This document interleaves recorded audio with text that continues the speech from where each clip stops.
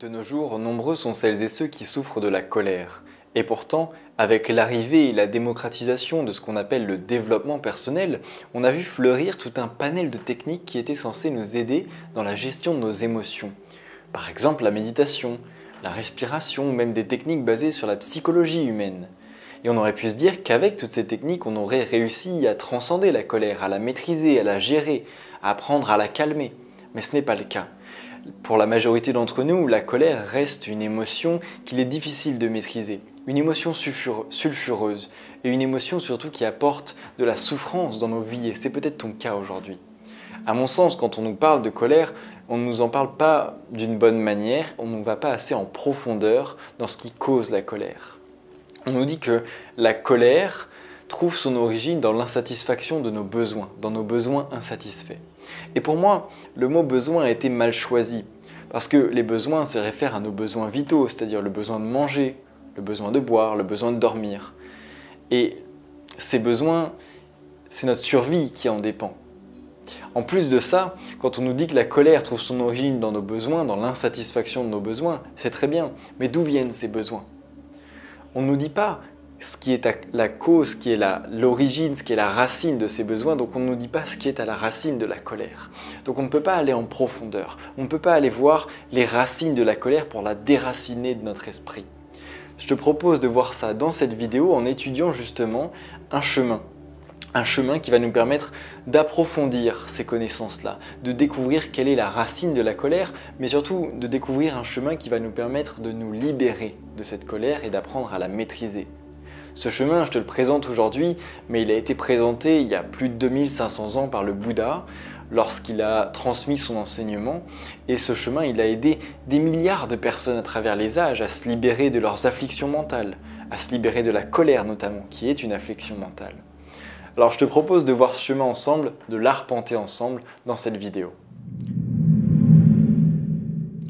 Pour commencer, on va prendre une petite citation de Shantideva. Shantideva, c'est un philosophe bouddhiste indien du 8e siècle et qui nous dit « La colère trouve sa source dans le malheur mental, dans l'insatisfaction, dans le fait de ne pas obtenir ce que l'on désire et de devoir supporter ce que nous ne souhaitons pas. C'est ainsi que la colère apparaît et qu'elle nous détruit de l'intérieur. » Tu vas le voir, dans le bouddhisme, on parle très peu de besoins. On utilise plutôt les termes désir, attachement, attente, qui pour moi ont un sens beaucoup plus profond et j'espère pouvoir te transmettre ce sens à travers cette vidéo. Le Bouddha, lorsqu'il a transmis son enseignement, ne s'est pas contenté de dire « la colère vient de l'insatisfaction qui vient de nos désirs, de nos attachements et de nos besoins ». Il a en plus de ça pointé du doigt la cause qui fait que dans notre esprit peuvent naître ces désirs, ces attachements et ces attentes. Il a mis le doigt sur la racine, il a orienté notre regard vers la racine de ces désirs, de ces attachements et de ces attentes qui créent de l'insatisfaction et donc qui créent de la colère. Et selon lui, la racine de tout ça, c'est le premier poison, ce qu'on appelle l'ignorance. Alors l'ignorance, c'est un terme un peu péjoratif. L'ignorance, nous pourrions appeler ça aussi la non-compréhension de la véritable nature de la réalité. Ou alors une vision déformée, une perception erronée de ce qu'est le monde, de ce qu'est la véritable nature de la réalité. Et c'est cette ignorance qui est le premier poison qui va donner naissance au deuxième poison du bouddhisme, le désir, l'attachement. Et ce deuxième poison va donner naissance au troisième, la colère, l'aversion, la haine. Donc dans le bouddhisme, la racine de la colère se trouve dans l'ignorance, se trouve dans la non-compréhension de la réalité, de la véritable nature de la réalité. Selon le Bouddha, un esprit qui ne comprend pas la réalité, un esprit qui ne perçoit pas ou qui a une perception erronée du monde dans lequel il vit, du monde qui l'entoure, va inévitablement créer et engendrer sa propre souffrance en créant des désirs, en créant des attachements, en créant des attentes. C'est pourquoi lorsqu'il a commencé son enseignement, il a d'abord présenté ce qu'on appelle aujourd'hui les 3 caractéristiques universelles ou les 3 lois universelles.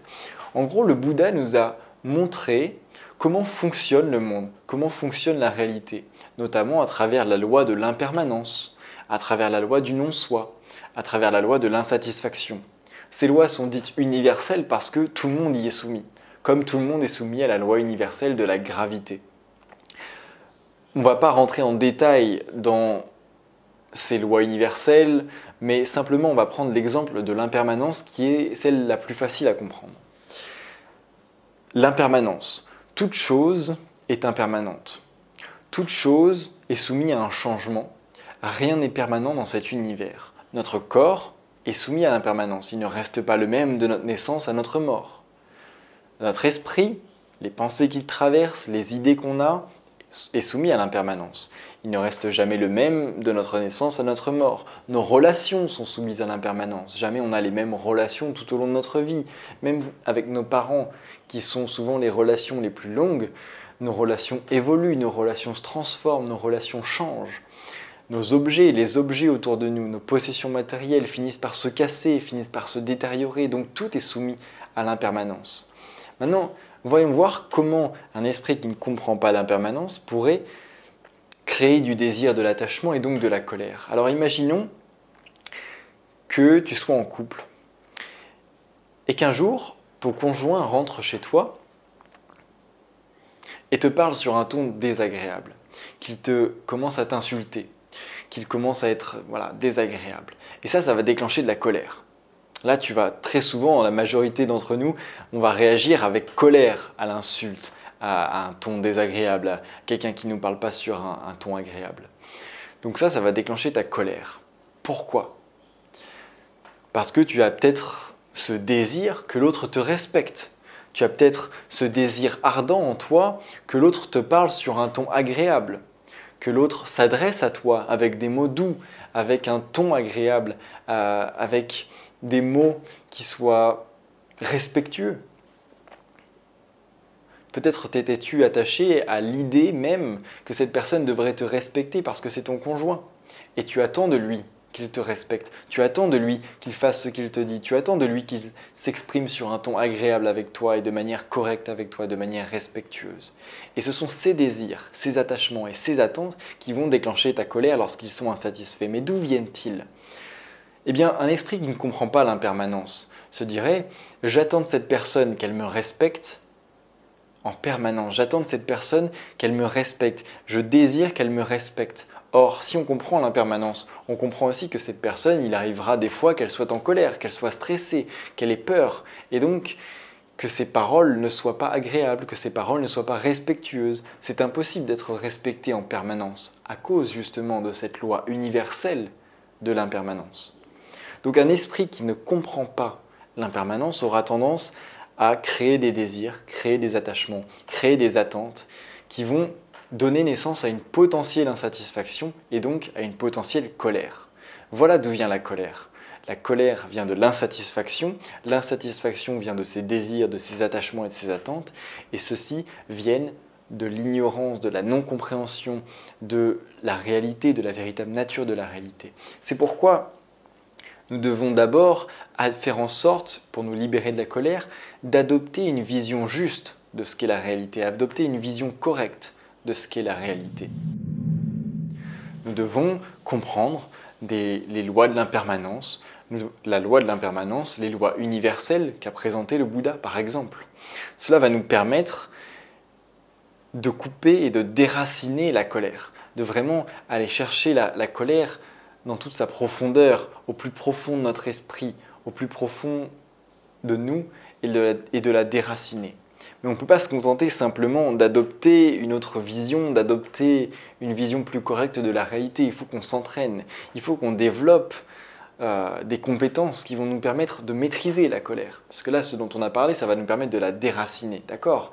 Mais il faut qu'on soit capable de la maîtriser lorsqu'elle se présente, parce qu'il arrivera inévitablement, à cause de la loi de l'impermanence, même si on fait tout ce qu'on peut, que cette colère se représente, que cette colère s'élève dans notre esprit.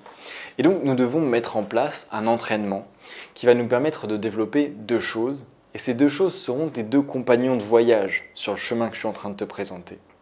Nous devons développer la présence et un antidote qui va nous permettre de dissiper la colère.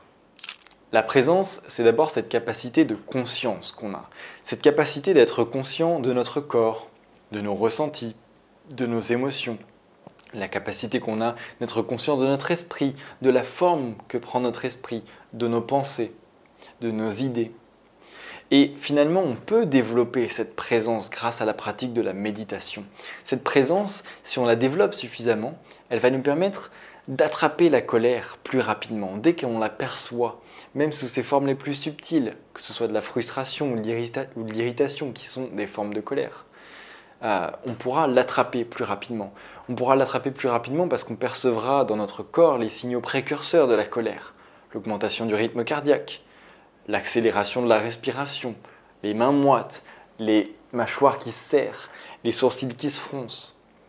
Donc, développer notre présence, ça va nous permettre d'attraper la colère plus rapidement, de la percevoir plus rapidement dès qu'elle se présente et de ne pas la laisser exploser en nous. Cette présence, c'est ce qu'on appelle en Pali, la langue parlée du Bouddha, sati. Sati, c'est la pleine conscience, qu'on pourrait traduire par la pleine conscience de l'esprit, la pleine conscience du corps. Donc la deuxième étape sur le chemin qui va mener à la libération de la colère, c'est de développer notre présence. Développer notre présence, ça va nous permettre de devenir observateur. Et pour ça, on peut utiliser la méditation sur la pleine conscience de la respiration, qui est un exercice que propose encore une fois le Bouddha pour justement apprendre à, d'une part, être plus présent, être pleinement conscient de ce qui se passe dans notre corps et dans notre esprit, mais d'une autre part, qui va nous permettre aussi de lâcher prise. Pour imager un peu cette pratique, imaginons que tu sois sur le bord d'une rivière, sur la berge d'une rivière, et tu vois le courant, tu entends l'eau qui coule. Le courant, c'est notre émotion, et nous sommes sur la berge. Nous sommes témoins, nous sommes observateurs de notre émotion qui passe. Et parfois, le courant est plus violent, plus puissant. Là, c'est la colère. Peu importe que le courant soit violent, puissant. Nous, on reste sur la berge. On reste observateur de l'émotion qui nous traverse, de l'émotion qui est en nous. On est capable de l'observer, de la percevoir, mais de ne pas y réagir. On va mettre une distance entre nous et l'émotion. On ne va pas réagir de manière impulsive. Cet exercice de la méditation sur la pleine conscience de la respiration, c'est ce qu'il nous permet de faire. Il nous permet de rester observateur, de regarder le courant, aussi puissant soit-il, sans y être emporté, sans se laisser emporter par lui. Maintenant, on ne peut pas s'arrêter là. On ne peut pas s'arrêter là et se dire « Ok, je vais juste observer ma colère, la regarder passer et laisser ça passer. » Non. On doit, en plus de ça, faire en sorte de faire disparaître la colère, d'éliminer la colère, de faire en sorte que la colère ne puisse plus s'élever dans notre esprit. Et pour ça, il faudrait voir la colère comme les bouddhistes. Les bouddhistes perçoivent la colère comme un poison. Et comment dissipe-t-on un poison ? Grâce à un antidote. La troisième étape sur le chemin qu'on est en train de parcourir qui va nous permettre de nous libérer et de maîtriser la colère, c'est celle de cultiver un antidote nécessaire à dissiper la colère dans notre esprit. Et pour illustrer ce propos, j'aimerais te citer le Dhammapada, l'un des plus anciens textes bouddhistes. Cette citation nous dit « La colère ne peut pas coexister avec l'amour et la bienveillance. Elle est automatiquement dissipée lorsque l'on fait naître dans notre esprit des pensées d'amour et de compassion. » En fait, le principe très simple derrière cette citation et derrière cette approche de la colère, de voir la colère comme un poison, c'est qu'on ne peut pas à la fois fulminer contre quelqu'un, être en colère contre une personne, et à la fois avoir envie de le prendre dans nos bras et de lui dire des mots doux. On ne peut pas à la fois haïr quelqu'un et l'aimer profondément. En fait, si l'on veut faire s'évanouir la colère, on peut la remplacer par des pensées de bienveillance. On peut apprendre à générer en nous de la bienveillance, de la compassion, ce qu'on appelle l'amour altruiste. En Pali, la langue parlée du Bouddha encore une fois, cette bienveillance, c'est ce qu'on appelle metta. Metta, on pourrait traduire ça par amour altruiste, où c'est l'amour, la bienveillance étendue à tous les êtres, sans distinction, étendue à tous les êtres quels qu'ils soient. Et le Bouddha nous recommande de cultiver metta, de cultiver aussi souvent que possible cette capacité de bienveillance, afin de faire naître et de remplir notre esprit de bienveillance, de compassion, d'amour altruiste, même si le mot amour altruiste, ça fait un peu ouh. C'est vrai qu'il faut remplir notre esprit grâce à la méditation sur la bienveillance, de cette intention bienveillante, de cette émotion. Et si on parvient à remplir cet esprit de bienveillance, alors la colère n'a plus sa place. La colère n'a plus la place pour s'élever, puisqu'elles ne peuvent pas coexister ensemble. Donc le but étant d'apprendre à générer, d'apprendre à cultiver en nous la bienveillance, d'apprendre à cultiver en nous méta. Et pour ça, on peut se servir d'un nouveau type de méditation. Avant, c'était la méditation sur la pleine conscience de la respiration, rappelle-toi. Et là, on va se servir d'un nouveau type de méditation qui est plus lié à la visualisation. Ce que Mathieu Ricard appelle notre imagerie mentale. On va se servir de notre imagerie mentale pour visualiser des situations, visualiser des personnes et faire naître en nous des émotions. Faire naître en nous ce sentiment de bienveillance, ce sentiment de méta. Et on va comme ça cultiver jour après jour, méta, cultiver en nous, dans notre esprit, ce sentiment de bienveillance jusqu'à ce qu'il soit plus puissant, jusqu'à ce qu'il nous envahisse complètement et que la colère n'ait plus sa place tout simplement. Il faut voir notre esprit un peu comme un jardin. En fait, notre esprit, lorsqu'il est encore soumis à la colère, c'est un peu comme un jardin avec plein de mauvaises herbes. Et les 2 premières étapes, rappelle-toi, je t'ai parlé de déraciner la colère. Donc on va apprendre à déraciner les mauvaises herbes et ensuite à cultiver ce sol, à cultiver notre esprit par la pratique de la méditation, de la pleine conscience de la respiration. Mais ensuite, on ne peut pas se contenter d'avoir un sol nu. Il faut qu'on y mette des graines. Et là, on peut planter les graines qu'on veut voir germer dans notre esprit, notamment la bienveillance, la compassion, l'équanimité, la réjouissance. Et méta, c'est une de ces graines. Nous devons planter méta, c'est-à-dire faire cette méditation qui va nous permettre de planter cette graine. Et puis faire des méditations jour après jour. Ce que je suis en train de te dire là, ce n'est pas un remède miracle. Tu ne le fais pas une fois et c'est fini. Non, il faut le faire jour après jour. Planter la graine, l'arroser, faire pousser l'arbre, le tailler, en prendre soin. Jusqu'à ce que cette graine fasse un arbre majestueux, grand, solide, qui ne va pas s'effondrer à la première tempête. Tu vois, parce que c'est vrai qu'on peut cultiver la bienveillance une fois par mois ou une fois par an, mais à la première crise de colère, notre arbre de méta sera couché, notre arbre de méta sera balayé par la tempête et notre bienveillance sera balayée par la colère si jamais elle n'est pas assez puissante. C'est pour ça que nous devons cultiver cette bienveillance, faire en sorte qu'elle nous emplisse, qu'elle nous remplisse l'esprit. Et tu vas voir qu'en développant ces 3 choses, en développant d'abord une meilleure vision, en adoptant une meilleure vision de ce qu'est la réalité, une vision plus correcte, basée sur les 3 lois universelles, de l'impermanence, du non-soi et de l'insatisfaction, en ayant une meilleure compréhension du monde dans lequel on vit, en ayant une meilleure compréhension des origines de notre colère et des racines de notre colère, en appliquant un entraînement à notre esprit qui nous permet de reconnaître les sensations liées à la colère, qui nous permet de reconnaître la colère plus rapidement et de la laisser passer. Et en développant méta, voilà le chemin qui va nous permettre de nous libérer définitivement de la colère. Voilà le chemin qui va nous permettre sur le long terme de faire se dissiper la colère, de faire s'évanouir la colère dans notre esprit. Et en pratiquant régulièrement ce chemin, ce que je suis en train de te dire vraiment, ne le prends pas pour un acquis. En regardant cette vidéo, ça ne suffira pas pour te libérer de la colère. Il va falloir travailler jour après jour, mois après mois, année après année, pour faire en sorte que la colère ne s'élève plus en toi, que la colère n'ait plus sa place en toi. Ce chemin, je te propose de l'arpenter avec toi, de le parcourir avec toi dans la formation Colère Saine. Colère Saine, c'est une formation qui est destinée justement à t'apprendre à développer une vision correcte de la réalité, à pratiquer la méditation sur la pleine conscience de la respiration pour développer ta présence et surtout à développer méta, à cultiver la bienveillance. Alors avant que tu rejoignes cette formation, si ça t'intéresse, je te propose un peu de lecture. Je te propose une série d'emails gratuites dans laquelle tu vas justement apprendre approfondir toutes ces connaissances dont on a parlé aujourd'hui et dans laquelle tu vas découvrir mon approche de la colère finalement, aller en plus en profondeur avant justement de pouvoir accéder à la formation. Cette série d'emails, elle est complètement gratuite. Si jamais tu souhaites la recevoir, c'est le premier lien qui est en description. Tu cliques, tu vas demander ton prénom, ton adresse mail. Tu vas recevoir pendant 8 jours un mail par jour de ma part dans lequel on va approfondir toutes ces thématiques qu'on a vues aujourd'hui. Et puis ensuite, à la fin de la série, tu auras un lien d'accès direct à la formation et tu pourras rejoindre la formation à ce moment-là.